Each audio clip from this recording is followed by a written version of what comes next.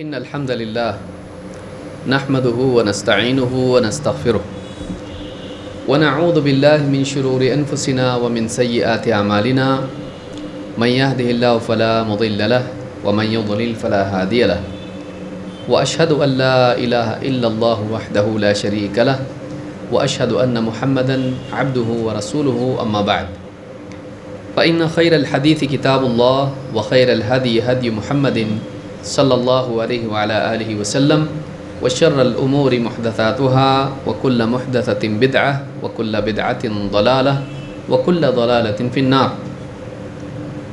قال الله تبارك وتعالى اقرأ وربك الأكرم الذي علم بالقلم علم الإنسان ما لم يعلم. میرے محترم دینی بھائیوں اور نوجوان ساتھیوں، اسلام علم والا دین ہے. اسلام میں جہالت کے لیے کوئی جگہ نہیں. ایک ایسا دین جس میں ہر بات دلیل کی بنیاد پر لی جاتی ہے اور ہر بات کو ثابت کرنے کے لیے دلیل کی ضرورت ہوتی ہے. اسلام ایک ایسا ہی دین ہے.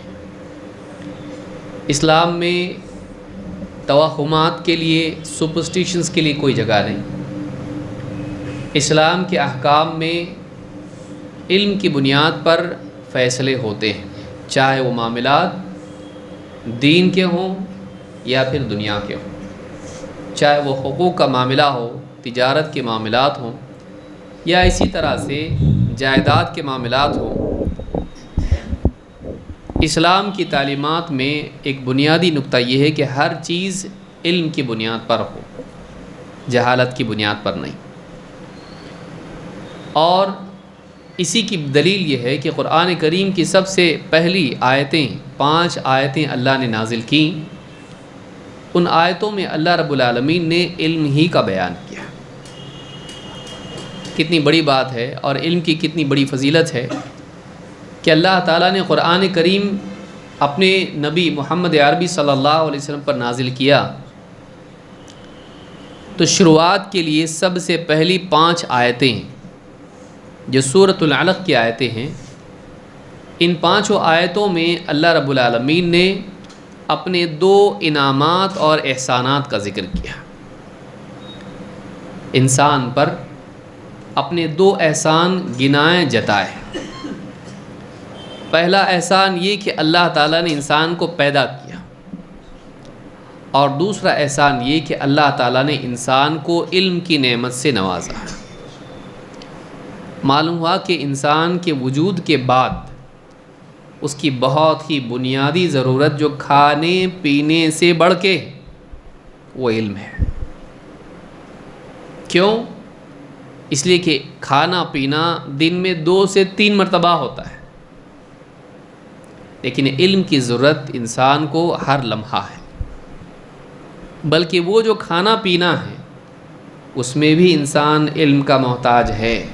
کیا کھائیں کیا نہیں کھائیں، چاہے شریعت کے اعتبار سے ہو چاہے میڈیکل اعتبار سے ہو، کہ ایسا نہ ہو کہ ایسی چیز کھا جائیں جس سے بیمار ہو یا ہلاک ہو، یا ایسی چیز کھائیں جس سے اللہ کے ہاں گناہ گار ہو.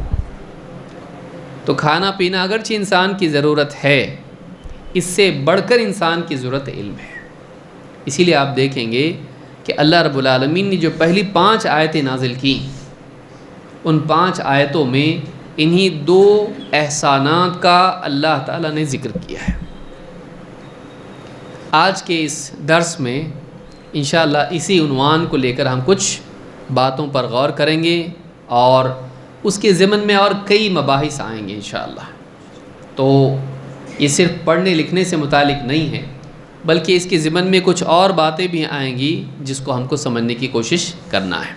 تو آج کا جو ہمارا عنوان یہ ہے کہ اسلام میں پڑھنے لکھنے کی اہمیت کتنی ہے، اور اسلام میں لوگوں کو ان پڑھ رہنے کی ترغیب ہے یا پڑھنے لکھنے کی ترغیب ہے.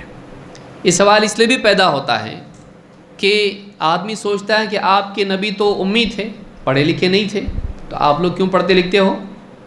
اور آدمی سوچتا ہے کہ ہاں کیا یہ بھی سنت ہے کہ انسان پڑھا لکھا نہ بنے، امی رہے، ان پڑھ رہے، تو کیا اسلام میں پڑھنے لکھنے کی ترغیب ہے یا نہیں؟ یہ اچھا ہے یا برا ہے؟ ان پڑھ رہنا کمال ہے یا پھر یہ نقص ہے؟ ایسا کرنا دین کے لیے ضروری ہے یا نہیں ہے؟ تو انشاءاللہ یہ بھی ہم دیکھیں گے۔ مزید یہ کہ خود اللہ کے نبی صلی اللہ علیہ وسلم نے اپنی زندگی میں اس چیز کا کتنا اہتمام کیا کہ مسلمان پڑھنے لکھنے والے بنیں، تو یہ بھی ہم انشاءاللہ اس درس میں دیکھیں گے۔ ہو سکتا ہے آج بات مکمل نہ ہو، انشاءاللہ اس بات کو ہم تفصیل سے سمجھنے کی کوشش کریں گے، کیونکہ یہ دور کیسا ہے؟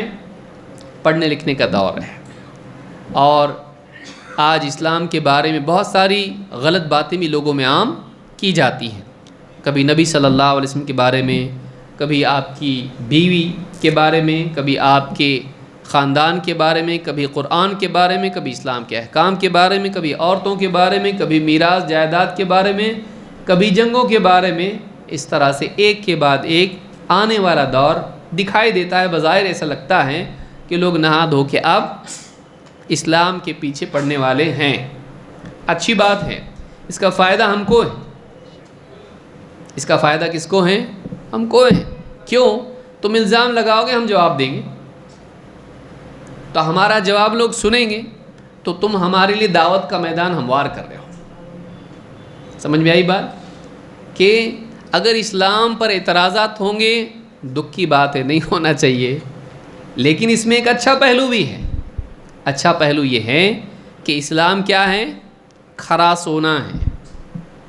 جب اس کو کوئی بولے گا یہ جھوٹا سونا ہے، ٹھیک ہے چیک کرو، چیک کرنے کے بعد جب وہ کھرا نکلے گا اور سنار بولے گا نہیں بھائی یہ تو اور بھی آگے کا سونا ہے، تو اس سے کیا ہوگا؟ الزام لگانے والا ذلیل ہوگا۔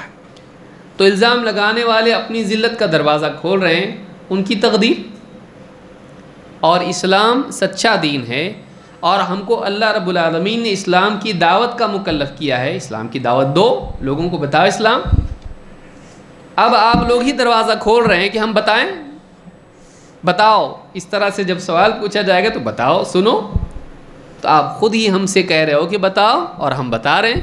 تو گویا کہ جو لوگ اسلام پر اعتراض کر رہے ہیں، اگرچہ وہ بظاہر دکھ کی بات دکھائی دیتی ہے، کیا دیکھو نا لوگ ادھر ادھر اسلام کے بارے میں بول رہے ہیں، اسلام پر اعتراضات کر رہے ہیں، تنقید کر رہے ہیں، نہیں ہونا چاہیے نا ایسا۔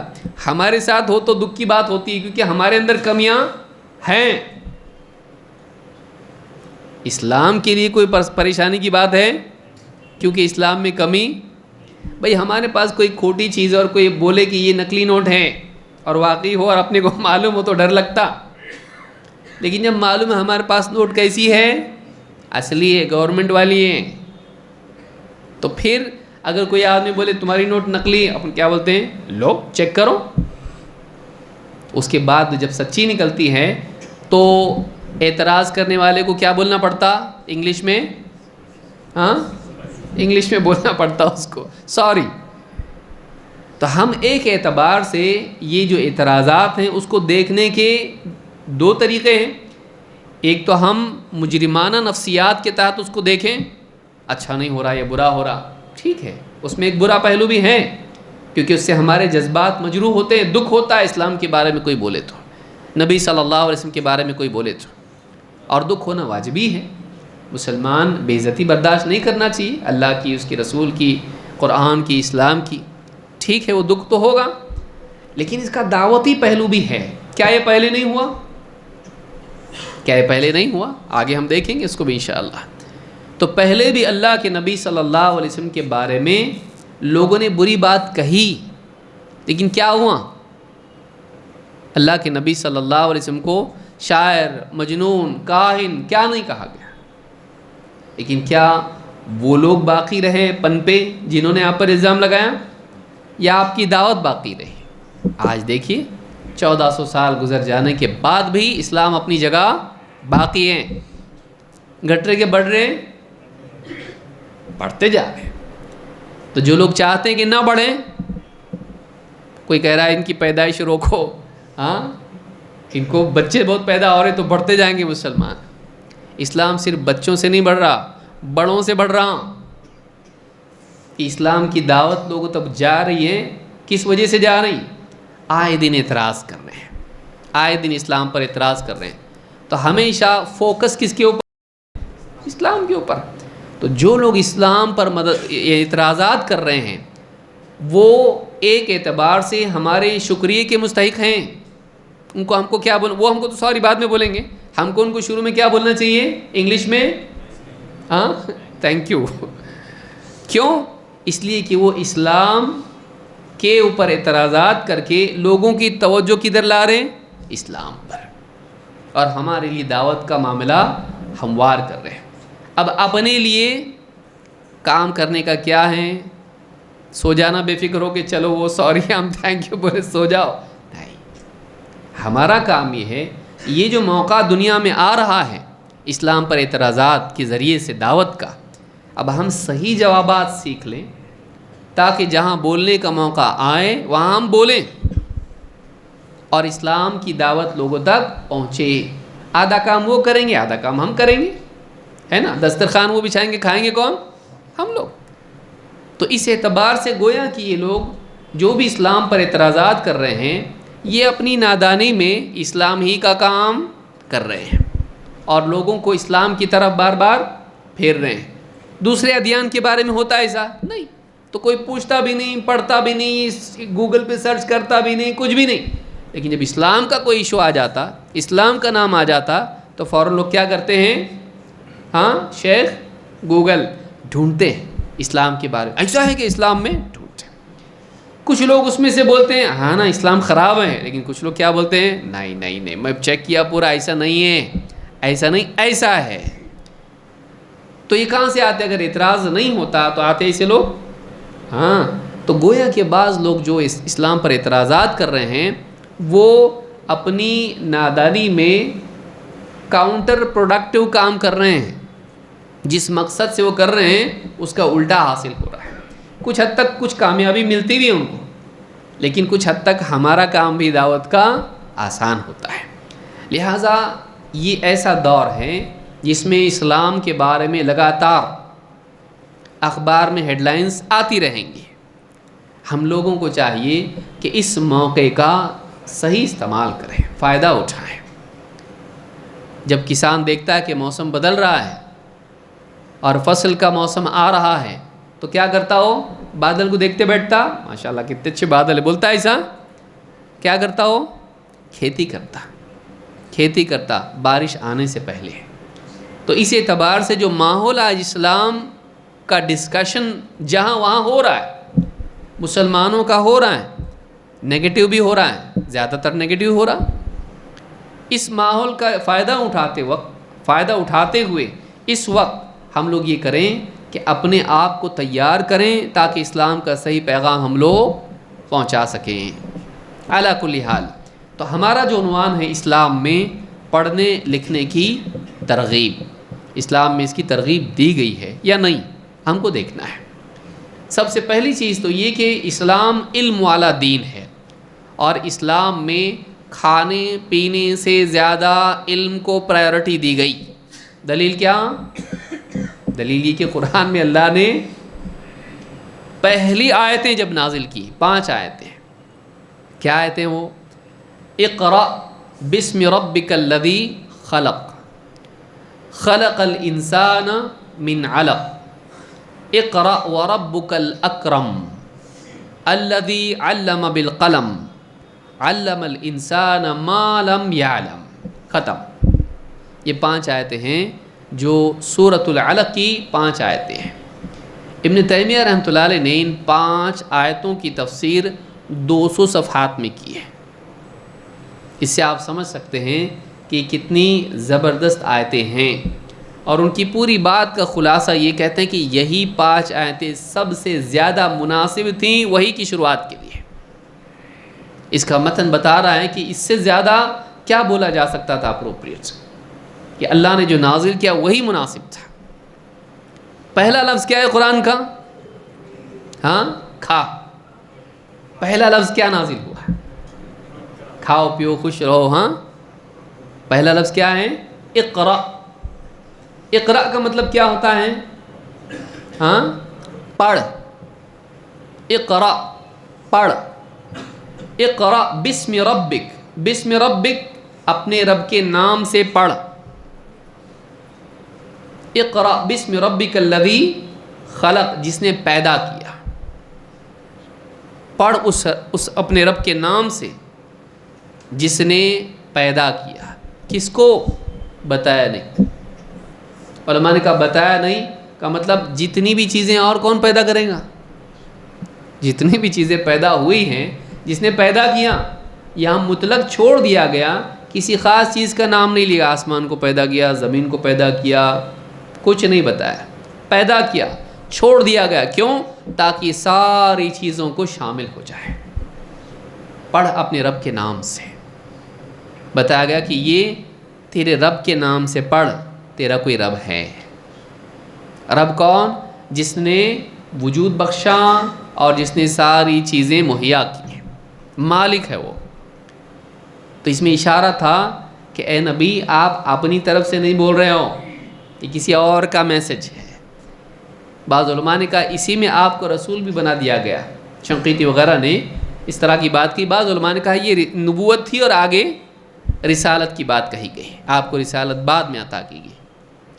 تو اقرأ بسم ربک اپنے رب کے نام سے پڑھ، یعنی اپنے رب کا نام لیتے ہوئے، جیسے بسم اللہ الرحمن الرحیم ہر سورت کی شروعات میں ہے، تو ہم یہ پڑھتے ہیں بسم اللہ الرحمن الرحیم، یہاں کا بسم ربک اپنے رب کے نام سے، اور اپنے رب کی طرف سے پہنچاتے ہوئے، یہ میرا نہیں ہے، میرے رب کا پیغام ہے، اپنے رب کے نام سے پڑھ، اور اپنے رب کے نام سے پڑھ، اس مبارک نام کی برکت لیتے ہوئے اور اس مبارک نام کے وسیلے سے اللہ کی مدد طلب کرتے ہوئے پڑھ۔ اقرأ بسم ربک الذی خلق، پڑھ اپنے رب کے نام سے جس نے پیدا کیا۔ کس کو پیدا کیا؟ ہر چیز کو پیدا کیا۔ پھر ہر چیز کے بعد ایک خاص چیز کے بارے میں بتایا گیا، خلق الانسان، انسان کو پیدا کیا۔ پہلے میں عموم تھا، اب عموم کے بعد ایک خاص مخلوق کا ذکر کیا گیا ہے جس کو نبوت دی جا رہی ہے، جس کے سامنے فرشتوں کو سجدے کے لیے کہا گیا تھا اور ابلیس کو بھی کہا گیا تھا، جن ایسی مخلوق۔ خلق الانسان، انسان کو پیدا کیا۔ کیسا پیدا کیا؟ من علق، علق کس کو کہتے ہیں؟ جب نطفہ جا کے رحم میں ٹھہر جاتا ہے، اس وقت جو جمع ہوا خون ہوتا ہے، جو پہلا مرحلہ ہوتا ہے انسان کا۔ شروعات تو کہاں سے ہوئی؟ نطفہ، لیکن نطفہ جب جا کے رحم میں ٹھہر جاتا ہے، اب شروعات ہو گئی بچہ بننے کی ماں کے پیٹ میں، تو پہلی سٹیج کو کیا بولتے ہیں؟ علقہ۔ تو یہ جو علقہ ہے یہ اب ٹھہراؤ کے بعد کی بات ہے، جمع ہوا خون ہوتا ہے وہ۔ خلق الانسان من علق، انسان کو پیدا کیا جمے ہوئے خون، علقہ سے، علق سے۔ اس میں اشارہ اس طرف کہ انسان کی شروعات ناقص سے ہوتی ہے، انسان کی شروعات ہوتے ہوتے اس کے بعد بڑھتے بڑھتے بڑھتے وہ کامل انسان بن جاتا ہے۔ اللہ اسی طرح سے اے نبی آپ کو اگر ڈر ہے، ما انا بقارئ، شروع میں کیا کہا تھا اللہ کے نبی صلی اللہ علیہ وسلم نے؟ جبریل آئے، کہا اقرا، کہا ما انا بقارئ، میں پڑھا ہوا نہیں ہوں، مجھے پڑھنا نہیں آتا ہے، ما انا بقارئ، پکڑ کے زور سے دبایا، کہا اقرا، پھر کہا ما انا بقارئ، پڑھا ہوا نہیں ہوں میں، پھر دبایا، کہا اقرا بسم ربک الذی خلق، پھر پوری 5 آیتیں پڑھی۔ تو آپ کو معلوم ہے کہ یہ پڑھنے کے لیے کہا جا رہا ہے۔ تو آپ نے کہا تھا میرے کو تو پڑھنا نہیں آتا ہے، مجھے پڑھنا نہیں آتا ہے۔ اللہ نے کہا اللہ آپ کو پروان چڑھائے گا، آپ گھبرائیے مت۔ اللہ وہ ہے جو انسان کی شروعات کرتا ہے تو پورا پورا انسان پیدا ہوتا نہیں، بلکہ شروعات کیسی ہوتی ہے؟ نطفہ، اس کے بعد پیٹ میں جا کے رحم میں ٹھہرتا ہے علقہ، اس کے بعد مضغہ، اس کے بعد ہڈیاں، گوشت، پوست اور ساری چیزیں اللہ تعالیٰ بناتا ہے، اور پھر ماں کے پیٹ سے کامل انسان بنا کے باہر لاتا ہے۔ شروعات میں ویسا ہوتا نہیں. تو اگلی سٹیج پہ کون لے جاتا؟ ہاں کمزوری سے اور قوت اور اس طرح سے سٹیجز کون پار کراتا ہے؟ اللہ، جو ایسا کرتا ہے. تو آپ گھبرائیے مت، اللہ رب العالمین آپ کو علم دے کر آپ کو آگے کے سارے مراحل پروان چڑھائے گا اور کمال کی طرف لے جائے گا. وَعَلَّمَكَ مَا لَمْ تَكُنْ تَعْلَمْ وَكَانَ فَضْلُ اللَّهِ عَلَيْكَ عَظِيمًا.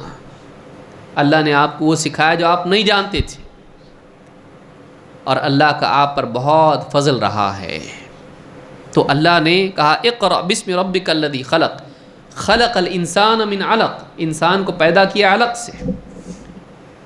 اقرأ وربک الاکرم، پڑھ اور تیرا رب بہت کریم ہے. لیکن یہاں پر یہ نہیں کہا اقرأ وربک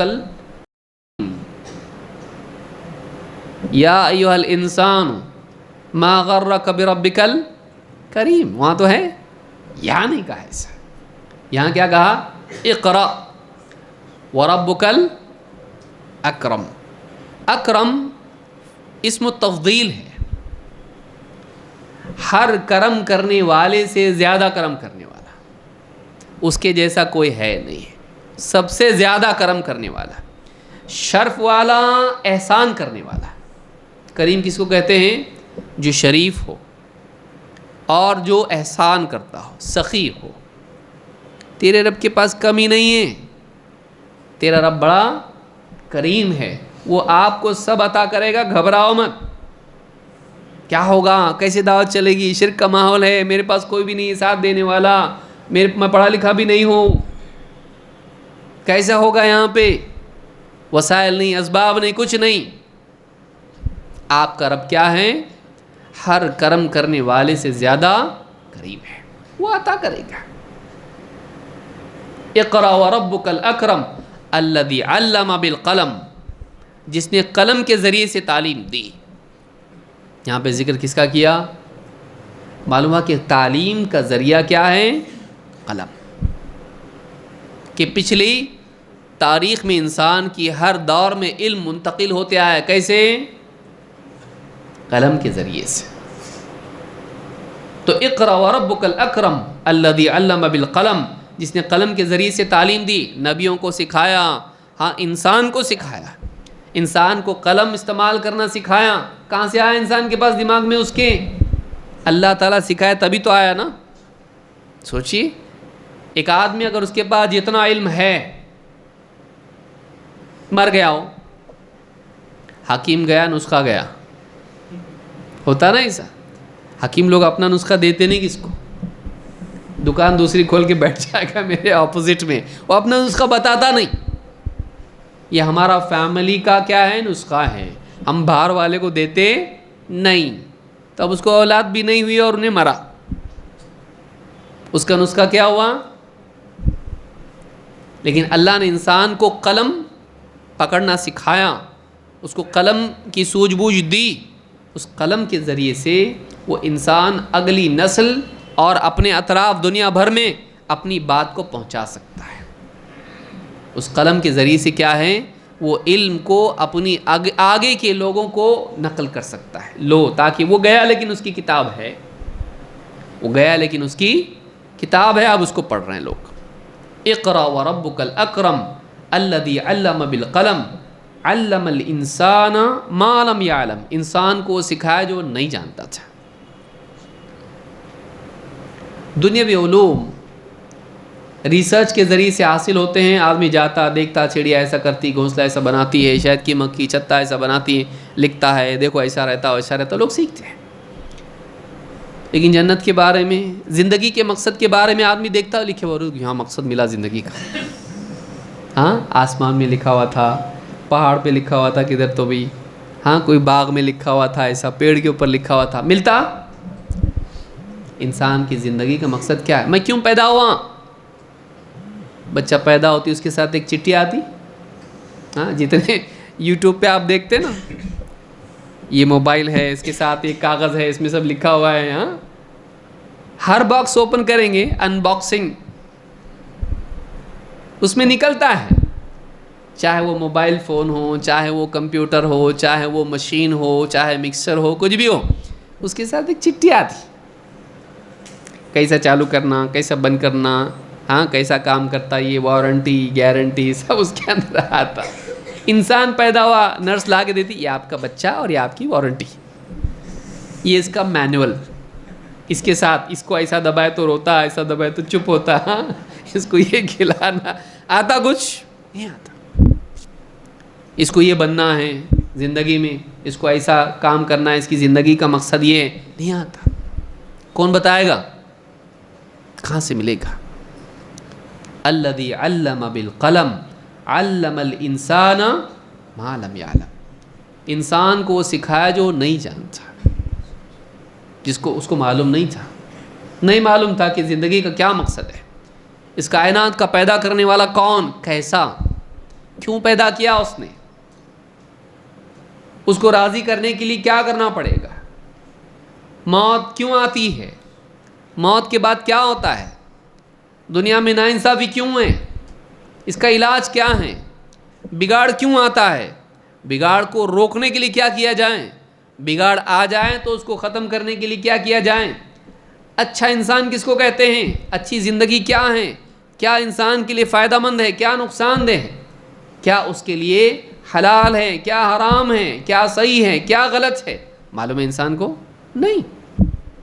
خود سے معلوم کر سکتا نہیں، ورنہ ایک بزنس کے بعد دوسرا نہیں کرتا. ایک بزنس کرتا فیل ہوتا، دوسرا کرتا، تیسرا. آدمی ایک سے دوسرا کرتا رہتا، کیوں؟ اس لیے کہ وہ فیل ہوتا، اس کو معلوم نہیں تھا. دنیا میں تجربات چلتے، لیکن مرنے کے بعد فیل ہو گیا، مقصد نہیں پورا کیا، واپس آ سکتا اور میں لائف چینج کرتا اپنی، کر سکتے نہیں. ایک زندگی ہے. تو اللہ رب العالمین عدل و انصاف والا ہے. جب انسان کو زندگی دی تو اس زندگی کے بارے میں علم بھی دیا کہ تیری زندگی کا مقصد کیا ہے، تیری زندگی کا مقصد کیا،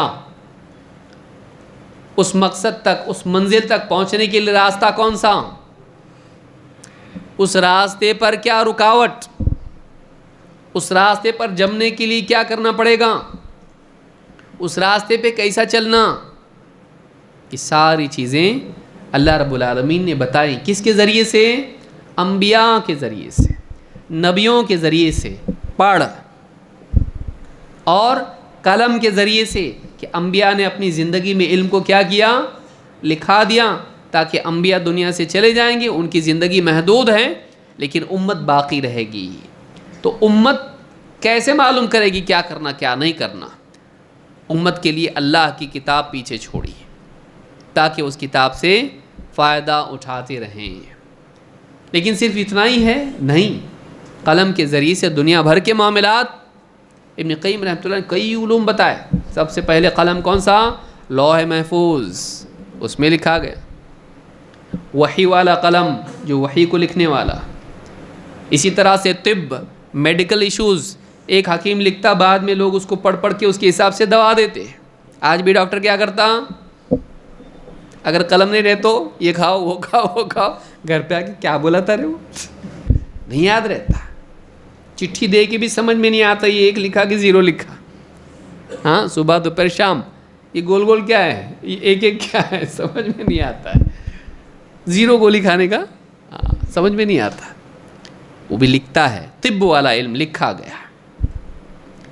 سیاست کے، بادشاہوں کے خطوط، لوگوں سے معاہدے، حکومتوں کے قوانین، قاضی کا فیصلہ، اس کی زمین اس کی نہیں، اس کو سزا اس کو نہیں، بری، قلم. آپس کے معاہدے، نکاح، طلاق، جائیداد، میتھمیٹیشنز، حساب کتاب، زکوٰۃ کتنی ہوئی، ہاں ضرب کرو، تقسیم کرو، ملٹیپلیکیشن، ڈویژن، ڈیسیملز، کہاں سے آئے گا وہ؟ یہاں کتنے لوگ کر پائیں گے بھائی؟ کاغذ پہ کرتے ہیں. قلم. نقشے، ہاں کہاں سے کہاں پہنچنا ہے، میپس بناتے، قلم. کوئی گنتی ہے اس کی؟ کتنا ضروری ہے قلم انسان کے لیے. کہ اللہ رب العالمین نے انسان کو علم دیا، یہ بہت اہم بات ہے. الذی علم بالقلم، انسان کو اللہ نے سکھایا قلم کے ذریعے سے. معلوم ہے قلم کتنی اہم چیز ہے کہ یہ سکھانے کا ذریعہ ہے. اور کون سا علم سکھایا؟ انسان کو پیدائشی معلوم تھا نہیں. پیدا ہوتے پر دواخانے میں بچے، ہاں ایک کے بازو ایک لیٹائے ہوئے، تو کیا ہے؟ میں ایم اے ہے، تو میں بی کام ہے. ہوتا ہے ایسا؟ تیرے کو کیا کیا آتا؟ بولے میرے کو پڑھنا آتا، لکھنا آتا، فٹ بال کھیلنا آتا، یہ آتا. وہ تیرے کو کیا آتا؟ میرے کو فلاں چیز آتی ہے، کھانا پکانا آتا ہے، لڑکی ہے اس کو یہ آتا ہے، ہاں کپڑے سینا آتا ہے، فلاں چیز آتی ہے. ایسا ہوتا؟ بچہ پیدا ہوتا ہے اس کو کچھ بھی معلوم نہیں ہوتا ہے. زندگی کا مقصد تو بہت دور کی بات ہے، اس کو اپنی حاجت بھی معلوم نہیں ہوتی ہے. میری حاجت کیا ہے، میری ضرورت کیا ہے، نہیں معلوم اس کو. تو انسان کی پیدائش کے اعتبار سے اس کی اصل جہالت ہے، نہیں جانتا ہو.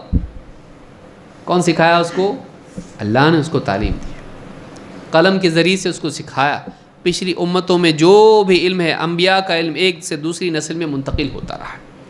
تو یہ جو علم انسان کو اللہ نے دیا نبیوں کے ذریعے سے، انسان کہیں اور سے حاصل کر سکتا ہے؟ اس کو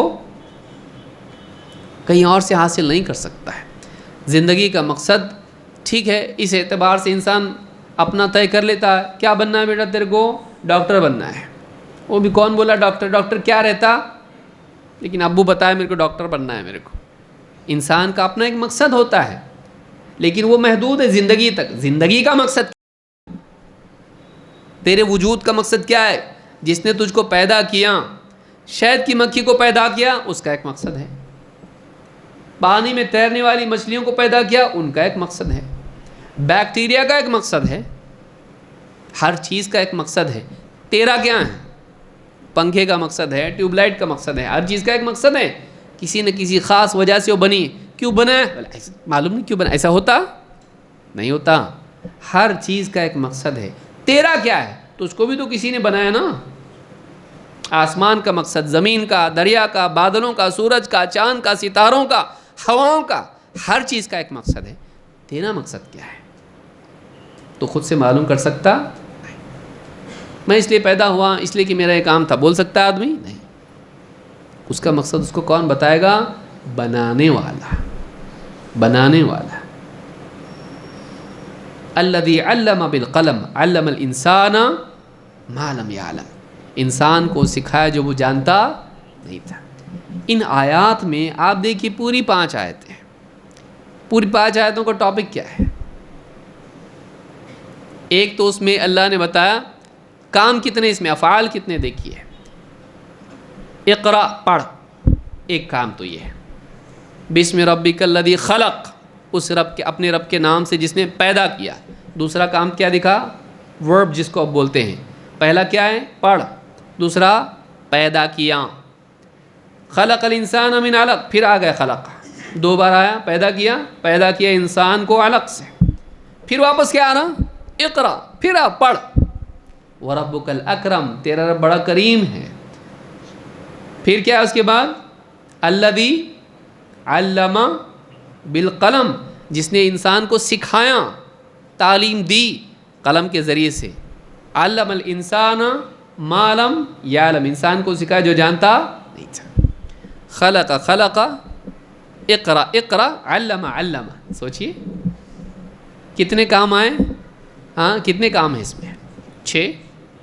3 ہیں، اور تینوں کتنی مرتبہ آئے؟ 2 مرتبہ. تو کل ملا کے اس میں اللہ نے کیا بتایا؟ اللہ نے پیدا کیا اور اللہ نے سکھایا. اور تو پڑھ. اللہ کے کام کتنے ہیں؟ 2 کام بتائے اللہ نے. اللہ نے کیا کیا کیا؟ 2 احسان بتائے، خلق اور علمہ. خلق اور علمہ، پیدا کیا اور سکھایا، علم دیا. اور انسان کے لیے کیا کام بتایا؟ پڑھ. پہلا حکم کیا تھا؟ پڑھ. یہ ساری خیر کی جڑ. سمجھ میں آئی بات؟ کہ تو پڑھ، ساری خیر اس کے ذریعے سے ملے گی. لیکن پڑھ وہ نہیں ABCD جیک اینڈ جل. پڑھ کیا؟ اللہ کی کتاب. بعض اوقات لوگ اقرا اسکول کا نام رکھتے، اس میں دین کا علم ہی نہیں رہتا. کسی میں رہتا بھی ہے، لیکن نام ایسا رکھیں گے بولے قرآن میں، اور دنیاوی تعلیم کے لیے اس کو استعمال کیا جائے، وہ ضمناً آ سکتا ہے. لیکن اصل وہ نہیں ہے. اصل کیا ہے؟ وہ علم جو انسان اپنی تحقیق کے ذریعے سے بغیر اللہ والے علم کے ہم معلوم نہیں کر سکتا ہے. زندگی کا مقصد، آخرت کی دنیا میں کامیابی کا راز، اللہ کی رضا کے لیے کیا کرنا چاہیے، بتا سکتا کوئی ڈاکٹر؟ دیکھیے، سر دل کام نہیں کر رہا، تھوڑا تکلیف ہو رہی، چل رہا ہوں، دم لگ رہا، ٹھیک ہے آپ یہ ٹیسٹ کرو، وہ اسکین کرو، اور آپ کا دل کمزور ہے، آپ کا یہ کرنا پڑے گا، ایسا کرنا پڑے گا، نہیں تو ہارٹ اٹیک آئے گا اور بچے وہ روئیں گے. آپریشن ہوا، ٹھیک ٹھاک ہوا، کیسے لگ رہا ابھی؟ ڈاکٹر صاحب بہت ٹھیک لگ رہا، آپ نے میرے دل کی اصلاح کر دی. میرے بیٹے کی بھی کر دو نا. کیا ہوا اس کو؟ بولے سنتا نہیں بات، شراب پیتا، پڑھائی نہیں کرتا، بدتمیزی کرتا، اس کا بھی دل صحیح کر دو نا ذرا. ڈاکٹر کیا بولے گا؟ مذاق کر رہے کیا آپ؟ اس کو کسی سمجھانے والے کے پاس لے جاؤ. یہ دل کا جو علاج ہے یہ ڈاکٹر کے پاس نہیں ہے. اس کو آپریشن کر سکتے نہیں. اس اصلاح کے لیے کیا ہے کہ بھائی اچھے دل والے جن کا دھک دھک برابر کر رہا، لیکن وہ لوگ دنیا میں چوری، جھوٹ، زناکاری، ظلم، دھوکہ بازی اور ہر قسم کی برائیاں، شراب، جوا، زنا، چوری، اس طرح کی جتنی بھی چیزیں، یہ جو بگاڑ دلوں کا ہے یہ ڈاکٹر صحیح کر سکتا؟ نہیں کر سکتا. اصل پرابلم ہارٹ اٹیک کی وجہ سے ہے، بیماریوں کی وجہ سے ہے، یا اس کی وجہ سے؟ بھائی باپ کو ہارٹ اٹیک کیوں آیا؟ بیٹے کا کیس سنا تو ہارٹ اٹیک آیا، بیٹی کا کیس سنا تو ہارٹ اٹیک آیا. اس کا بگاڑ، اخلاقی بگاڑ، اس کی اصلاح کے لیے کوئی ڈاکٹر ہے کیا؟ اس کا اسکین کرنا پڑتا ہے، اس کا یہ نہیں کرو، نکالو ایک سونوگرافی کرو، اس کی دماغ میں کیا چل رہا، اسکین کرو اس کا دماغ کا، ہاں دل میں کیا چل رہا، پیٹ میں کیا چل رہا، اس سے معلوم نہیں ہوتا. آپ کا ایکس رے نہیں بتاتا کہ آپ کے اندر بد اخلاقی کتنی ہے، اخلاق کتنے ہیں. آپ کے دماغ کا C T P T scan جو بھی کرتے ہیں وہ یہ نہیں بتاتا ہے کہ اس کی دماغ میں کیا چل رہا، کہ یہ انسان اچھا انسان ہے یا برا ہے، اچھا بننے کے لیے کیا کیا جائے، کہ اس کو یہ دوا دے دو کل سے سیدھا پہلی صف میں دکھے گا. ہوتا ہے ایسا؟ کوئی آدمی کے طور پہ کیا چاہیے، ہاں ٹھیک ہے، جھوٹ چھوٹنے کی دوا، چوری چھوٹنے کی دعا نہیں، دوا بول رہا میں، ہاں وہ دے دیا، صبح ایک، دوپہر ایک، شام ایک. اور جس دن بہت جھوٹ بولنے کو دل بول رہا دو کھانا دیتا ہے اسے کوئی دوا نہیں. کیوں نہیں؟ دنیا کا اصل مسئلہ تو یہ ہے نا، یہ ڈاکٹروں کے پاس نہیں ہے. ان کا میدان الگ ہے، ان کا میدان جسم والا ہے، لیکن یہ میدان اخلاق والا ہے، یہ دل والا، یہ روح والا ہے. تو اس کی اصلاح ہونا چاہیے، اس کی نہیں ہونا چاہیے. اس کی تو ہونا چاہیے نا، اس بگاڑ کی اصلاح ہونا چاہیے. یہ علم کہاں سے آتا ہے؟ یہ علم کہاں سے آتا؟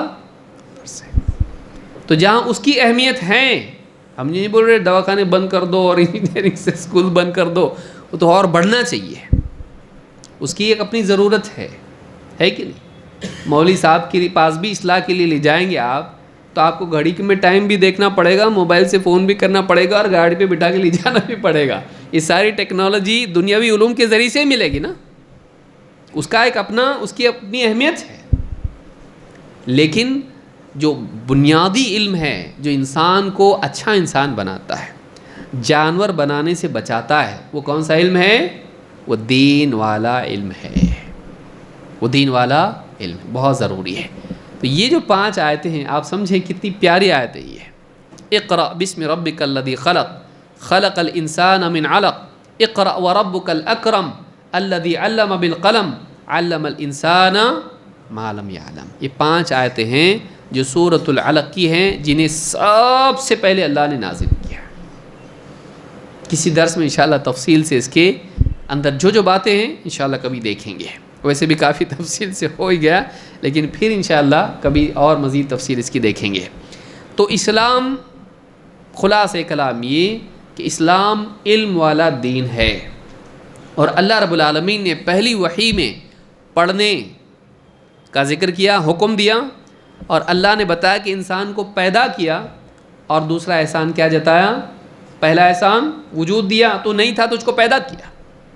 دوسرا احسان کھانا دیا، ہاں وہ علم دیا جو تیرے پاس نہیں تھا.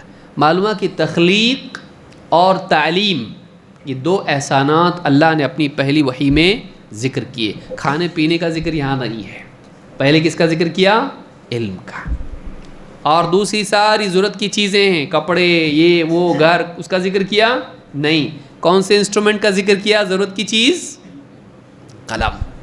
اس سے معلوم ہوتا ہے کہ اسلام میں علم کی کتنی اہمیت ہے. سمجھ میں یہ بات؟ یہ پہلی بات ہم دیکھتے ہیں. چلیے آتے ہیں، جب قلم کا ذکر آ ہی گیا ہے تو دیکھتے ہیں قرآن و سنت میں قلم کے بارے میں کیا آیا ہے. ساری دلیلیں ذکر کرنا بہت لمبا ہو جائے گا، کئی مہینے چلے گئے پھر، لیکن ہم کچھ دلیلیں دیکھتے ہیں جو قرآن و سنت کی ہیں، جو قلم، لکھنا، پڑھنا، علم حاصل کرنا اس کے تعلق سے ہیں. نمبر 1، اللہ نے سب سے پہلے کیا پیدا کیا؟ ہاں، بعض لوگ کہتے ہیں محمد صلی اللہ علیہ وسلم کو. اس کی کوئی دلیل نہیں ہے. ایک روایت ہے جو ذکر کی جاتی ہے لیکن وہ بھی جھوٹی حدیث ہے. اول شیء خلق اللہ نور نبیک یا جابر. جھوٹی حدیث ہے یہ. اے جابر، سب سے پہلے اللہ تعالیٰ نے تیرے نبی کا نور پیدا کیا. نبی صلی اللہ علیہ وسلم کا مقام بہت اونچا ہے، لیکن آپ کے اونچے مقام کو بتانے کے لیے ہم کو جھوٹی حدیثوں کی ضرورت نہیں ہے. اور نبی صلی اللہ علیہ وسلم کو اگر بعد میں پیدا کیا تو آپ کا مقام اس سے گھٹتا نہیں گھٹتا. ابراہیم علیہ السلام پہلے پیدا ہوا کہ محمد صلی اللہ علیہ وسلم دنیا میں کون پہلے آیا ہے؟ ان سے پہلے آدم علیہ السلام آئے. لیکن آدم علیہ السلام نبی ہیں، رسول ہیں نہیں. اور نوح علیہ السلام رسول ہیں اور نبی بھی ہیں. رسول کا مرتبہ نبی سے زیادہ ہوتا ہے. تو آدم علیہ السلام پہلے آئے دنیا میں کہ نوح علیہ السلام؟ تو کیا نوح علیہ السلام کا درجہ گھٹ گیا اس سے؟ بعد میں آنے سے درجہ گھٹ جاتا ہے؟ نہیں گھٹتا ہے. پھر نوح علیہ السلام کے بعد ابراہیم علیہ السلام ہے، یعنی بیچ میں اور کئی نبی ہیں اور کئی رسول ہیں. ابراہیم، ان کے بعد موسیٰ علیہ السلام، عیسیٰ علیہ السلام. آخر میں کون آیا؟ سب سے آخری نبی. تو کیا درجہ گھٹ جاتا بعد میں آنے سے؟ نہیں. یہ کم علم آدمی ہے جو بعد میں آنے والے کا درجہ کم زیادہ اس طرح سے، ایسا نہیں ہوتا ہے. اللہ نے آپ کا مقام کیا کیا؟ اونچا کیا. وَرَفَعْنَا لَكَ ذِكْرَكَ. اللہ نے آپ کی خاطر آپ کے ذکر کو کیا کیا؟ اونچا کیا، بلند کیا. تو اللہ نے جس کو اونچا کیا پھر آگے بھیجے پیچھے بھیجے کوئی فرق پڑتا نہیں. تو یہاں پر آپ دیکھیں گے کہ سب سے پہلی چیز اللہ نے کیا پیدا کی، اس سے اہمیت معلوم پڑتی ہے اس چیز کی. اللہ کے نبی صلی اللہ علیہ وسلم فرماتے ہیں ان اول ما خلق اللہ القلم. سب سے پہلے اللہ تعالیٰ نے جس چیز کو پیدا کیا وہ قلم تھی. سب سے پہلے کس چیز کو پیدا کیا؟ قلم کو. فقال اکتب. قلم سے کیا کہا اللہ نے؟ لکھ. لکھ. فقال ما اکتب. قلم نے پوچھا کیا لکھوں؟ کیا لکھوں؟ قال اکتب القدر. تقدیر لکھ. ما کان وما ہوا کائن الی الابد. جو ہو چکا ہے اور قیامت تک، ابد تک جو ہونے والا ہے سب لکھ. تو اللہ تعالیٰ نے جو کچھ ہوا اور جو کچھ ہونے والا تھا وہ سارا کہاں لکھ دیا؟ لوح محفوظ میں. لوح محفوظ میں لکھ دیا. اور سب سے پہلے کیا پیدا کیا؟ قلم. اور اس کو کہا کہ لکھ. تو قلم نے لکھا. اس سے بھی معلوم ہوتا ہے کہ یعنی اللہ کے ہاں قلم کی کتنی اہمیت ہے. یہ سب سے پہلے اللہ نے کیا پیدا کیا؟ قلم کو پیدا کیا ہے. امام الترمذی نے اس کو روایت کیا ہے اور سنن الترمذی حدیث نمبر 3319 اور حدیث صحیح ہے. کوئی آدمی پوچھ سکتا ہے کہ قلم نے لکھا تو اس کو سب معلوم تھا کیا؟ اگر معلوم تھا تو پوچھا کیوں پھر؟ ہاں کوئی آدمی علم غیب صاحب، دیکھو قلم کو بھی معلوم ہے قیامت تک کیا ہونے والا، تو ہمارے نبی کو معلوم ہوا تو کیا فرق پڑتا ہے؟ کوئی آدمی علم غیب کے لیے اس طرح سے استدلال کر سکتا ہے. لیکن اگر اس کو معلوم ہوتا، علم غیب ہوتا قلم کو، تو پوچھتا کیا لکھوں؟ اس کو نہیں معلوم کیا لکھنا ہے مجھ کو. جو اللہ نے اس کو لکھنے کے لیے کہا قلم نے وہ لکھا، جو اللہ نے بتایا وہ لکھا. سمجھ میں آئی بات؟ تو اگر علم غیب ہوتا اس میں علم غیب کی نفی خود ہی ہے.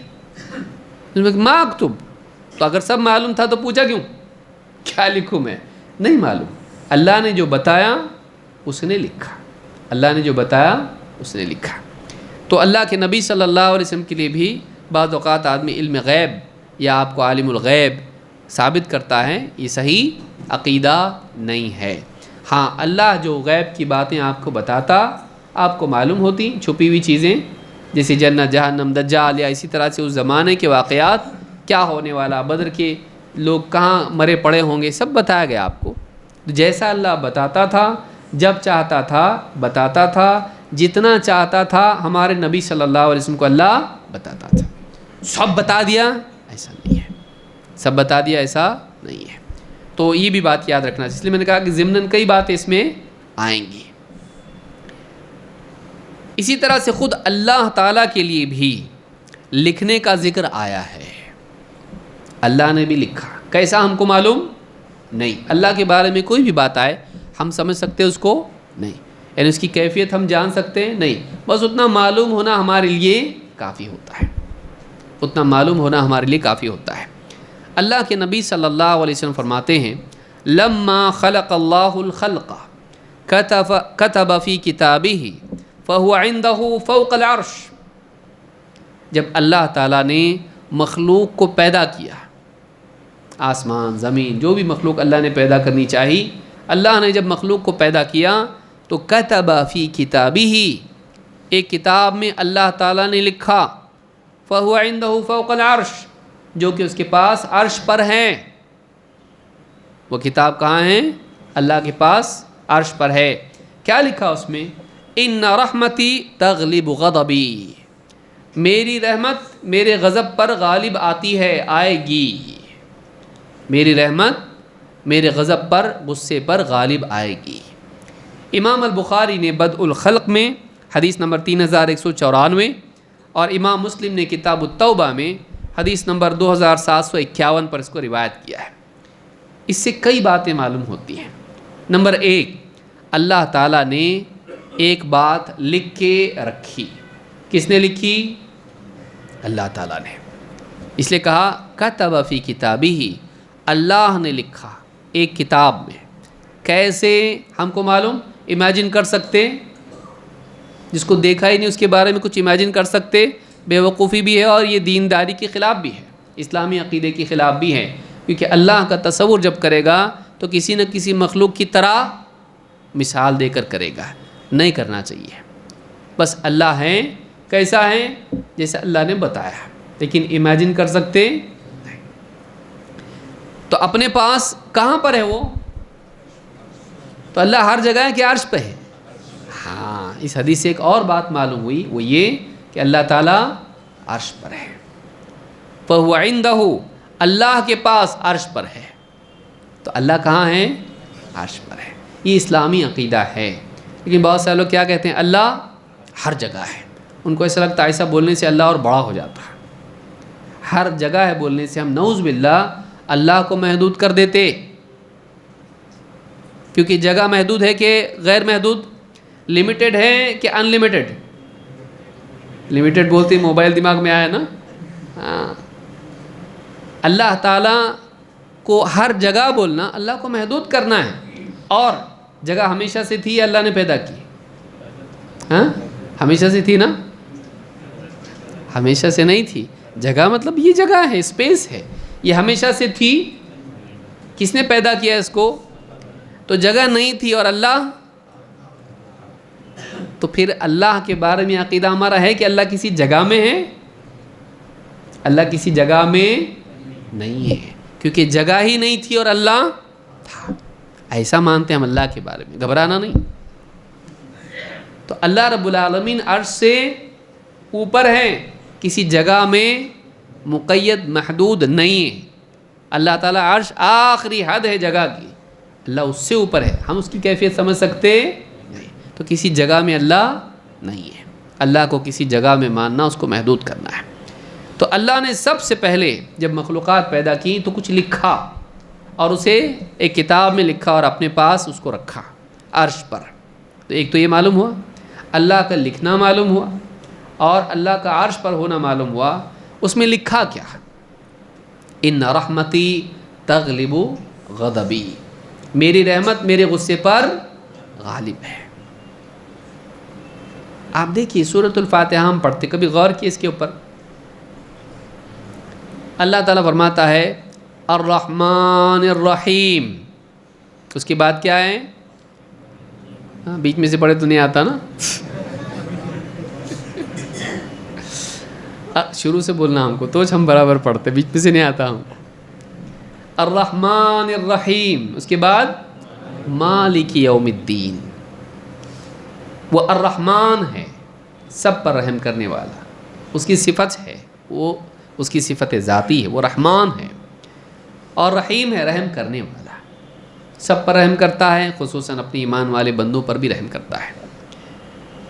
پھر اس کے بعد کی آیت میں کیا ہے؟ مالک یوم الدین، بدلے کے دن کا مالک ہے.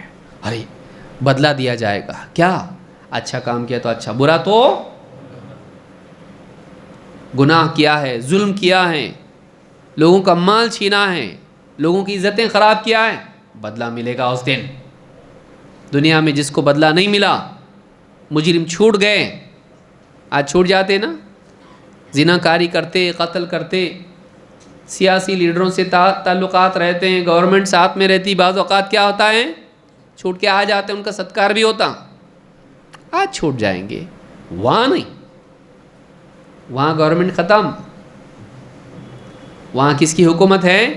لمن الملک اليوم، اللہ تعالیٰ کہے گا للہ الواحد القہار. آج کس کی بادشاہت ہے؟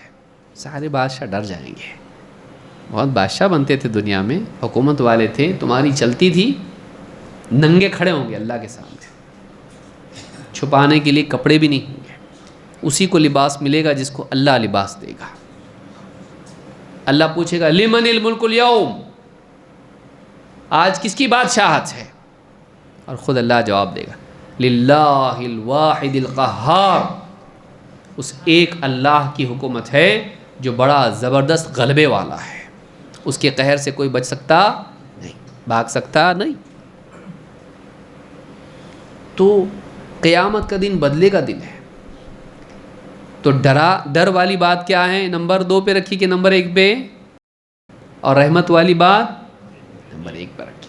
امید پہلے دلائی، ڈر مت، اللہ رحم کرنے والا ہے اور انصاف بھی کرے گا. تو رحمت کو اللہ نے پہلے ذکر کیا اور غضب والی بات کو، کیونکہ قیامت کے دن انبیاء بھی کیا کہیں گے؟ حدیث جو شفاعت کی حدیث ہے، لوگ نبیوں کے پاس جائیں گے، آدم علیہ السلام کے پاس جائیں گے، کہیں گے آپ سفارش کیجئے، ہمارے ابا ہیں آپ، ہماری سفارش کیجئے، باپ ہیں، انت ابونا. کہیں گے نہیں، آج سے زیادہ اللہ اتنا غصہ کبھی نہیں تھا. قیامت کے دن کہیں گے اتنا غصہ اللہ کبھی نہیں تھا، مجھے ڈر ہے کیونکہ مجھ سے ایک چیز ہو گئی تھی جنت میں، مت جاؤ پیڑ کے قریب میں گیا تھا. تو کہیں گے میرے میں ہمت نہیں ہے، تم جاؤ ان کے پاس. نوح علیہ السلام کے پاس بھیجیں گے، نوح علیہ السلام بھیجیں گے ابراہیم علیہ السلام کے پاس، وہ بھیجیں گے موسیٰ علیہ السلام کے پاس، وہ بھیجیں گے عیسیٰ علیہ السلام کے پاس، وہ بھیجیں گے کس کے پاس؟ محمد صلی اللہ علیہ وسلم کے پاس. آپ کہیں گے ہاں یہ میرا کام ہے، میں ہی کروں گا اس کو، اللہ سے سفارش کریں گے.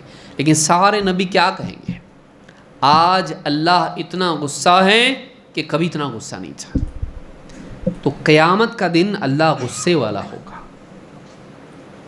لیکن اللہ نے اس دن کو اور اس کے دن کے جو معاملہ ہے اس کو کب ذکر کیا؟ نمبر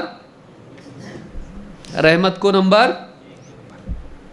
ان رحمتی غلبت غضبی، بعض میں سبقت غضبی، بعض میں تغلب غضبی، میری رحمت میرے غصے پر غالب ہے. اس کا یہ مطلب نہیں کہ کسی کو سزا نہیں ملے گی، مطلب یہ ہے کہ اللہ تعالیٰ کی رحمت. آپ دیکھیے ایک آدمی گناہ کرتا ہے، کتنے گناہ لکھے جاتے ہیں؟ 1. اور نیکی کرتا ہے تو 10. اور گناہ کرنے کے بعد اگر توبہ کرے تو مٹا دیا جاتا کہ نہیں؟ زندگی بھر گناہ کیا، آخری وقت میں توبہ کر لیا، اللہ معاف کرتا کہ نہیں؟ پھر نیکیوں سے گناہ بھی مٹتے، نیکیوں سے گناہ بھی مٹتے ہیں۔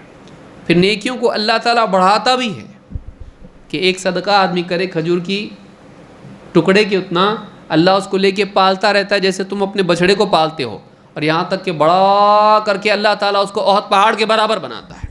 قیامت کے دن اللہ اس کو دے گا، یہ تیرا، وہ تو اتنا کیا تھا، تیرا اتنا ہے، اللہ نے بڑھایا اس کو۔ گناہ کو ایسا کرتا ہے اللہ، چھوٹی سی غلطی ہوئی تھی، زبان سے کچھ نکل گیا تھا، قیامت کے دن دیکھ رہا پہاڑ کے جیسا، میں اتنا بڑا نہیں بولا تھا، ہوتا ایسا؟ اللہ نہیں کرے، جتنا گناہ اتنا ہی۔ نیکی کو بڑھاتا، گناہ کو اللہ بڑھا کے نہیں دیتا۔ ایسی کتنی باتیں ہیں یہ بتاتی کہ اللہ کی رحمت اس کے غضب پر غالب ہے۔ اللہ چاہے تو ہر گناہ پر دنیا میں سزا دے دے، یہاں گناہ کیا، یہاں سزا آ گئی انسٹنٹ، ہو سکتا ہے کہ نہیں؟ اللہ قادر نہیں ہے؟ قادر ہے، لیکن اللہ مہلت دیتا ہے، توبہ کرنے کی مہلت دیتا ہے۔ توبہ کر لیا، سزا ٹل گئی، بلکہ بعض اوقات سزا نہیں بھی دیتا، بعض اوقات اپنی طرف سے معاف بھی کر دیتا ہے، اپنی طرف سے معاف بھی کر دیتا ہے۔ قیامت کے دن ایک بندے کو اللہ بلائے گا، سب سے چھپا کے اس سے حساب کرے گا، سب کے سامنے اس کا انسلٹ نہیں کرے گا، اس کی بے عزتی نہیں کرے گا، اس سے کہے گا تو نے یہ کیا، ہاں کیا، یہ کیا، سب اقرار کرے گا کہ سب معاف کر دیا، اور دنیا میں تجھ پہ پردہ ڈالا رکھا، آج بھی تجھ پہ پردہ ڈالے رکھوں گا، اللہ معاف کر دے گا اس کو۔ ایسے بھی بندے ہوں گے جن میں اچھائیاں تھیں، کچھ غلطیاں بھی ہوئی، دنیا میں اللہ نے پردہ ڈالا رکھا، قیامت کے دن بھی اللہ ذلیل نہیں کرے گا ان کو، ایسا بھی کرے گا۔ ایک بندہ آئے گا کہے گا، اللہ کہے گا اس کے جو ہیں بڑے بڑے گناہ چھپا کے رکھو، چھوٹے چھوٹے گناہ اس کے سامنے رکھو۔ اس کو پوچھیں گے کیا ہے، کیا میں نے یہ کیا، یہ کیا، سب گنوائے گا۔ اس سے کہے گا ہر گناہ کے بدلے تجھ کو ایک نیکی ہے، کہے میرے اور بھی بڑے بڑے گناہ ہیں، ادھر نہیں دکھ رہے میرے کو یہاں پہ۔ جب دیکھے گا کہ ایک ایک گناہ کے بدلے اس کو کیا مل رہی ہے، نیکی، تو کہے گا اور بہت گناہ ہے میرے، تو وہاں برابر بولے گا ہاں میرے گناہ ہیں، کیوں؟ اس کو اس کا تو اور بھی بڑا ملے گا پھر۔ تو اللہ وہ کریم ہے، وہ رحیم ہے، وہ جو چاہے کرے، وہ سزا دے تو بڑی سخت سزا ہے اس کی، اور رحم کرے تو اس جیسا رحم کرنے والا کوئی نہیں ہے، لیکن اس کی سزا عدل پر مبنی ہوتی ہے، وہ کبھی کسی پر ظلم کرتا نہیں۔ انسان دنیا میں کیسا ہے، ہاں کسی پہ رحم کرا تو پوری جائیداد دے دیں گا اس کو، نہیں تو اس کا پورا گھر جلا دے گا۔ تو انسان جب کسی سے ناراض ہوتا ہے تو ظلم کرتا ہے، اور خوش ہوتا ہے تو دیوانہ ہو جاتا ہے۔ اللہ تعالیٰ کا معاملہ کیسا ہے؟ اللہ تعالیٰ کسی کو عطا کرتا ہے، اللہ کے یہاں کسی قسم کی کوئی کمی نہیں، وہ بڑا رحم والا ہے، لیکن سزا جب دیتا ہے تو کبھی اللہ تعالیٰ کسی پر ظلم کرتا نہیں، اس کی سزا ہمیشہ عدل پر مبنی ہوتی ہے، وہ کبھی ظلم نہیں کرتا۔ ان اللہ لا یظلم مثقال ذرہ، اللہ تعالیٰ ذرہ برابر بھی ظلم کرتا نہیں ہے، ذرہ برابر بھی ظلم نہیں کرتا ہے۔ تو کہا کہ جب اللہ نے مخلوق کو پیدا کیا تو ایک کتاب میں لکھا اور اس کتاب کو اپنے پاس رکھا، اور یہ لکھا کہ میری رحمت میرے غصے پر غالب رہے گی۔ تو یہ امید ہے اہل ایمان کے لیے کہ اللہ سے انسان امید باندھ سکتا ہے کہ پچھلے جو بھی گناہ ہوئے اللہ تعالیٰ اس کو معاف کرنے پر قادر ہے، اللہ رحیم ہے، تاکہ بندے اللہ سے ڈریں۔ یہ نہیں کہا کہ میرا غضب ہے ہی نہیں، یہ نہیں کہا کہ سرے سے اللہ غصہ ہی نہیں ہوگا، ہے غضب، لیکن رحمت کا پہلو ہمیشہ کیا ہوگا؟ رحمت اس کی غضب پر، اللہ کی دونوں صفات ہیں، اللہ رحیم بھی ہے اور غضب والا بھی ہے۔ غیر المغضوب علیہم میں پڑھتے نا ہم لوگ، جن پر تیرا غصہ ہوا، تو اللہ غصے والا بھی ہے اور اللہ رحیم بھی ہے، لیکن اللہ کی رحمت اس کے غصے پر کیا ہے؟ غالب ہے۔ تو اللہ سے ڈرنا بھی چاہیے اور امید بھی رکھنا چاہیے، تو یہ دونوں چیزیں انسان میں ہونی چاہیے۔ یہ بخاری اور مسلم کی حدیث ہے۔ اللہ تعالیٰ قرآن کریم میں موسیٰ علیہ السلام کے بارے میں فرماتا ہے 8:30 کو اذان ہے.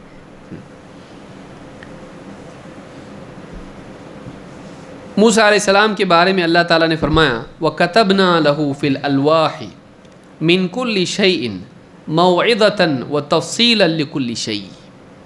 ہم نے موسیٰ علیہ السلام کو الواح میں، تختیوں میں، سلیٹس کی طرح ہوتا ہے نا تختیاں، ہم نے الواح میں موسیٰ علیہ السلام کے لیے لکھ دیا من کل شیء موعظۃ وتفصیلا لکل شیء، ہر طرح سے ہر قسم کا موعظہ، واعظ و نصیحت، ہر چیز کے بارے میں جو بھی ان کی ضرورت تھی قوم کی، تو اللہ نے واعظ و نصیحت اور ہر چیز کی تفصیل، شرعی احکام کی جو بھی ان کی ضرورت کی چیزیں تھیں ان سب کی تفصیل اللہ نے ان الواح میں لکھ کے کس کو دی؟ موسیٰ علیہ السلام کو. وَكَتَبْنَا لَهُ، کتبنا اللہ نے نسبت کس کی طرف کی؟ اللہ کی طرف. ہم نے ان کو لکھا. اس سے بھی معلوم ہوتا ہے کہ اللہ نے لکھ کے موسیٰ علیہ السلام کو دیا، وہ خود اللہ نے لکھا تھا. کیسا ہم کو معلوم نہیں. اللہ کے بارے میں جب بھی کوئی بات آئے قاعدہ کیا ہے؟ لَيْسَ كَمِثْلِهِ شَيْءٌ، اللہ کی طرح کچھ بھی نہیں، اللہ کی طرح کوئی نہیں. تو ہم کسی اور کی طرح اللہ کو امیجن کر سکتے؟ اللہ ہر مخلوق سے نرالا ہے، وہ خالق ہے اور باقی سب کیا ہیں؟ مخلوق ہیں. خالق اور مخلوق کا جوڑ کیسے ہو سکتا ہے؟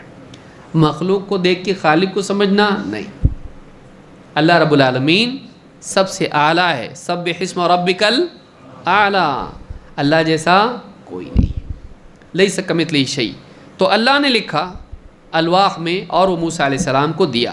تو اللہ نے سورۃ الاعراف میں آیت نمبر 145 میں اپنے لیے لکھنے کا ذکر کیا ہے.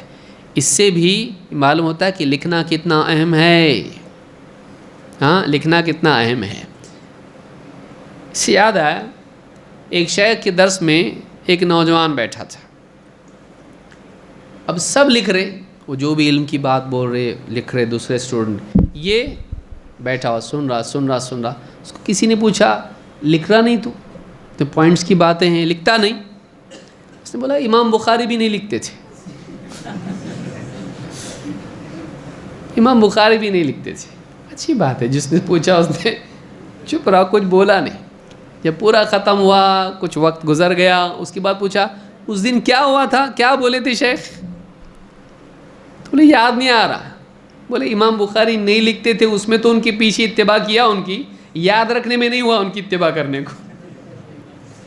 امام بخاری یاد بھی تو رکھتے تھے، تو نہیں لکھنے میں تو ان کے پیچھے ہو گیا، ان جیسا بننے کی کوشش کیا. یاد رکھنے میں بھی ان کے ایسا بنتا تو کتنا اچھا ہوتا تھا. تو بعض اوقات انسان دینی مجالس میں بیٹھتا ہے اور کام کی باتیں لکھتا نہیں ہے اور بعد میں وہ یاد رہتی نہیں. اس سے قلم کی اہمیت معلوم ہوتی ہے، کیونکہ ہم کیا کرتے ہیں؟ بھول جاتے ہیں. لیکن قلم کیا کرتا ہے؟ اس کو محفوظ رکھتا ہے. قلم کے ذریعے سے وہ چیز محفوظ ہو جاتی ہے. تو اللہ رب العالمین نے علم کی حفاظت کے لیے، یا قوم میں، امت میں علم محفوظ رہے، اللہ نے موسیٰ علیہ السلام کو لکھ کے دیا. وَكَتَبْنَا لَهُ فِي الْأَلْوَاحِ مِنْ كُلِّ شَيْءٍ مَوْعِظَةً وَتَفْصِيلًا لِكُلِّ شَيْءٍ. ہم نے ان کو ہر قسم کا واعظ و نصیحت اور شرعی احکام کی تفصیل اس میں لکھ کر دی. تو اللہ نے لکھ کے موسیٰ علیہ السلام کو دیا. ایک حدیث میں اس کی تفصیل بھی موجود ہے، اور وہ حدیث تھوڑی مشکل حدیثوں میں سے. بہت سارے لوگ کنفیوز ہوتے ہیں. انشاءاللہ کبھی موقع رہا تو ایک سلسلہ ایسا بھی رکھیں گے احادیث کا کہ جو مشکل الحدیث اس کو علماء کہتے ہیں. وہ ٹاپک ہی مشکل ہے ویسے، لیکن انشاءاللہ کوشش کریں گے کبھی. ایسی حدیثیں جو جلدی سمجھ میں نہیں آتی ہیں، اس کی وجہ سے لوگ منکر حدیث بن جاتے ہیں، بیمار. اپنا طریقہ کیا ہے؟ نہیں سمجھا تو غلط ہے بولنے کا نا، اور کیا ہے کہ نہیں؟ صحیح ہے یہ نہیں. عام بعض لوگوں کا مزاج کیا ہوتا ہے؟ عقل میں نہیں آ رہا تو آدمی کیا کر دیتا ہے؟ بات کو رد کر دیتا ہے. کیا یہ صحیح ہے؟ نہیں. کوئی چیز اگر عقل میں نہ آئے تو ضروری نہیں کہ بات غلط ہو. ضروری ہے کہ ابھی عقل بچہ ہے، اس کی عقل تھوڑی اس کی میچورڈ ہوگی، تھوڑا علم آئے گا تو سمجھ میں آئے گا. تو اگر مان لیجئے آپ گھر پہ گئے، بیوی بچوں کو بولے ایک بات بولا بیٹھو ذرا سنو، اور آپ کچھ تو بولے ان کو، بچہ میری عقل میں نہیں آ رہا، بیوی میری بھی نہیں آ رہا، آپ کیا بولیں گے میری بات غلط، سوری، دھیان سے سنو پھر سے سمجھاتا. تو آپ اپنی بات کے بارے میں تو سمجھتے کہ میری بات کوئی سمجھتا ہی نہیں، تو آپ کی بات صحیح ہے کہ غلط ہے؟ آپ کبھی نہیں بولتے میری بات غلط ہے. آپ بول رہے انہوں کی عقلیں خراب ہیں، کتنا سمجھاتا سمجھتے نہیں. بیٹے کو باپ بولتا کہ نہیں بولتا؟ کتنا سمجھاؤں سمجھتا ہی نہیں ہے.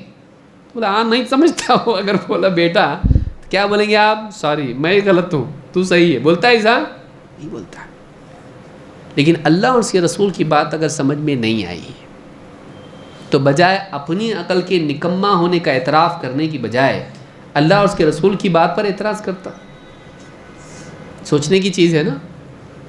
اپنا کلام اتنا پرفیکٹ کہ بیٹے کو، بیوی کو، دوستوں کو، رشتہ داروں کو نہیں سمجھا تو میری بات صحیح ہے، تم لوگ سب غلط. میں جبکہ اس کو کچھ بھی معلوم نہیں دنیا کا. لیکن اللہ اور اس کے رسول کی بات اگر مجھ کو سمجھ میں نہیں آئے تم اتنا زبردست کہ وہ بات ہی شک کرنے لگ جائے اس پہ کہ صحیح ہے کہ نہیں. یاد رکھیے اس کو. تو جتنا انسان کے پاس گہرا علم ہوتا ہے اس کو بات اچھے سے سمجھ میں آتی ہے. ادھورا علم انسان کا دشمن ہے. تو ایک حدیث ہم پڑھیں گے اور انشاءاللہ اس کی تشریح ہم اگلے ہفتے میں کریں گے، تو اس لیے آپ کو آنا پڑے گا اس کو سمجھنے کے لیے. اللہ کے نبی صلی اللہ علیہ وسلم، کیونکہ اس کے لیے بہت وقت لگنے والا ہے، اللہ کے نبی صلی اللہ علیہ وسلم فرماتے ہیں احتج آدم و موسیٰ، آدم اور موسیٰ علیہ السلام دونوں میں حجت ہوئی، ڈیبیٹ ہوئی، شارٹ ڈیبیٹ، ایک کوئک ڈیبیٹ ان کے اندر ہوئی، چھوٹا سا ان کے اندر ایک بات پر بحث ہوئی. احتج آدم و موسیٰ فقال له موسیٰ، آدم علیہ السلام سے موسیٰ علیہ السلام نے کہا یا آدم انت ابونا خیبتنا و اخرجتنا من الجنہ. کہا کہ آدم آپ ہمارے ابا ہیں لیکن آپ نے ہم کو محروم کر دیا، جنت سے نکلوا دیا. آپ پھل کھائے تو ہم نکلے باہر جنت میں سے، ہم محروم ہو گئے. اگر آپ پھل نہیں کھاتے تو ہم جنت سے باہر آتے نہیں. تو کہا کہ یا آدم انت ابونا، آپ ہمارے ابا جان ہیں لیکن خیبتنا، آپ نے ہم کو محروم کر دیا. خوابہ کے معنی میں ہے خیبتنا، آپ نے ہم کو محروم کر دیا. وَأَخْرَجْتَنَا مِنَ الْجَنَّةِ، اور ہم کو جنت سے نکلوا دیا. قال له آدم، آدم علیہ السلام نے ان سے کہا یا موسیٰ اصطفاک اللہ بکلامہ، کہا ہے موسیٰ اللہ نے اپنے کلام کے لیے تم کو چنا. وَخَطَّ لَكَ بِيَدِهِ، اور اپنے ہاتھ سے لکھ کر تم کو دیا. کیا دیا ہم نے پہلے پڑھا قرآن کی آیت میں، سورہ اعراف کی آیت نمبر 145 میں، وَكَتَبْنَا لَهُ فِي الْأَلْوَاحِ، الواح میں اللہ نے لکھ کے دیا ان کو.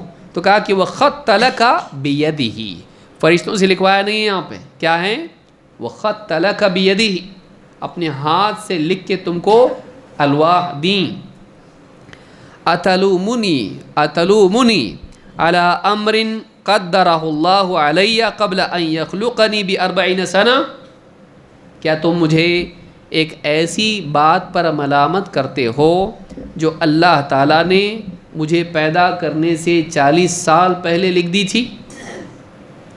فحج آدم موسیٰ فحج آدم موسیٰ، تو کہتے ہیں کہ اس طرح سے آدم علیہ السلام نے موسیٰ پر اپنی حجت قائم کی، ڈیبیٹ جیت گئے. کون؟ آدم علیہ السلام. موسیٰ علیہ السلام کیا بولیں؟ اب کئی لوگ پریشان ہو گئے ہیں، اگلے ہفتے بولیں گے اس پہ انشاءاللہ، کہ تقدیر سے دلیل پکڑ سکتے مطلب ہاں پھر میں اتنا پاپی مطلب میرا کوئی فالٹ نہیں ہے. ہاں ایسا نہیں ہے، ہم لوگ جو بھی غلطی کرتے ہیں اس کے ذمہ دار ہم ہیں. اس کو ہم اگلے ہفتے سمجھیں گے.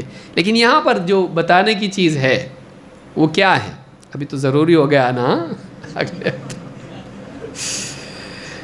موسیٰ علیہ السلام نے کہا کیا ابا جان آپ ہم کو محروم کر دیے، ہم جنت میں تھے اچھے، آپ اگر پھل نہیں کھاتے تو نکلتے نہیں، آپ نے جنت میں پھل کھا کے کیا کر دیا، ہم کو جنت سے محروم کر دیا. آدم علیہ السلام نے کہا کہ تم بھی تو اللہ کے رسول ہو، رسولوں کی ایسی بات کر رہے ہو. اللہ تعالیٰ نے تم کو کتاب کا علم دیا، اپنے ہاتھ سے لکھ کے تم کو الواح دی، کتاب دی، اور میرے پیدا ہونے سے پہلے 40 سال پہلے اللہ تعالیٰ نے جو چیز مجھ پر لکھ دی تھی میری تقدیر میں، اس پہ مجھ کو تم برا کہہ رہے ہو، مجھ کو ملامت کر رہے ہو، تو تمہارا یہ کرنا ٹھیک نہیں، کیونکہ میری تقدیر میں پہلے سے لکھا ہوا تھا۔ اس طرح سے آدم علیہ السلام نے موسیٰ علیہ السلام کی بات کا جواب دیا، اور آدم علیہ السلام موسیٰ علیہ السلام پر غالب آ گئے۔ اس سے مناظرے کی بھی دلیل ملتی ہے، لیکن وہ ایسی نہیں جسے واٹس ایپ پہ چلتے ہیں، ہاں، بدتمیزی، گالی گلوچ، لعنتیں، مار پیٹ، پھر بعد میں گلی میں ملے تو وہاں دھلائی ایک دوسرے کی، گینگ وار۔ انسان علم کے ذریعے سے جواب دے اور دشمنی نہ بنائے، لڑائی جھگڑے پر نہ اترے، بدتمیزی، گالی گلوچ پر نہ آئے۔ اس طرح سے علمی بنیاد پر اگر ایک آدمی کسی کی بات کا جواب دیتا ہے اور رد کرتا ہے تو اس میں کوئی حرج نہیں ہے، کیونکہ دونوں نبی ہیں اور دونوں نے ایک دوسرے سے کیا کی؟ بحث کی، اور ایک دوسرے پر غالب آ گئے۔ تو اس حدیث کو امام البخاری نے کتاب القدر میں حدیث نمبر 6614 اور امام مسلم نے کتاب القدر میں حدیث نمبر 2652 پر روایت کیا ہے۔ اور اس میں جو استدلال جو مجھ کو کرنا مقصود تھا وہ کیا ہے؟ وَخَطَّ لَكَ بِيَدِهِ، پڑھنے لکھنے کی بات چل رہی ہے، ہاں، لیکن ضمناً بہت ساری باتیں آ رہی ہیں۔ تو اللہ تعالیٰ نے اپنے ہاتھ سے لکھ کر کس کو دیا؟ موسیٰ علیہ السلام کو۔ تو یہ بات اس حدیث سے معلوم ہوتی کہ اللہ نے لکھا، تو لکھنا کتنی بڑی چیز ہے، وہ عیب کی چیز ہے نہیں، وہ عیب کی چیز نہیں بلکہ وہ خوبی ہے، کیونکہ اللہ تعالیٰ تمام عیوب سے پاک ہے اور تمام خوبیوں والا ہے۔ اس حدیث کی پوری تفصیل انشاءاللہ ہم اگلے درس میں دیکھیں گے، اس میں وقت جائے گا، لیکن آپ کو سمجھ میں آئے گا کہ واقعی احادیث شروع میں جھٹکا لگتا ہے، لیکن واقعی وہ رہتی بہت زبردست، اس میں حکمت کی بات ہوتی جو ہم سمجھتے نہیں ہیں۔ اس لیے قرآن و سنت کے سمجھنے کے لیے علماء سے استفادہ کرنا ضروری ہے، خالی قرآن حدیث لے کے بھاگتے چھوٹا نہیں کرنا ہے ایسا، بلکہ قرآن و سنت کے فہم کے لیے اپنے سے زیادہ علم والے ان کی طرف رجوع کرنا۔ فَاسْأَلُوا أَهْلَ الذِّكْرِ إِن كُنتُمْ لَا تَعْلَمُونَ، جاننے والوں سے پوچھو اگر تم کو نہیں معلوم۔ اللہ رب العالمین ہم سب کو دین کا علم حاصل کرنے کی توفیق عطا فرمائے اور گہرائی کے ساتھ قرآن و سنت کو سمجھنے کی توفیق عطا فرمائے۔ اقول هذا واستغفر اللہ لی ولکم۔